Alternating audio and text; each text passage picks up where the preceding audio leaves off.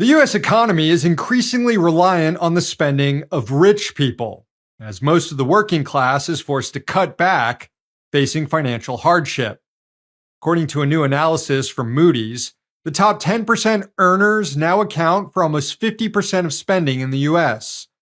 That's the highest number since Moody's began tracking this data, and a large increase from 3 decades ago when the top 10% drove just over a third of all spending. Between 2023 and 2024, these wealthiest Americans increased their spending by 12%, while the rest of the middle and working class were forced to cut back. Bidenomics crushed working people. Pandemic social safety net programs that put extra income in people's pockets and allowed them to accumulate savings and pay off debt, those were all allowed to expire during the Biden presidency. And that, paired with increasing interest rates, made it harder to buy homes, to pay off credit card, and car debt. Most working class people have completely exhausted their share of the $2.6 trillion in savings accumulated thanks to the pandemic social safety net.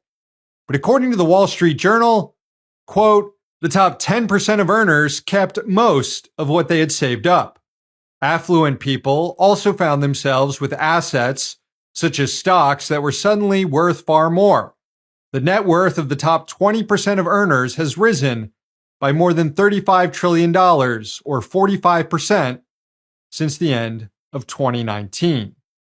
It's according to Federal Reserve data. This is a redistribution of wealth upwards that will only accelerate under Trump and his plan to massively cut taxes for the rich, slash Medicaid, and lay off hundreds of thousands of workers.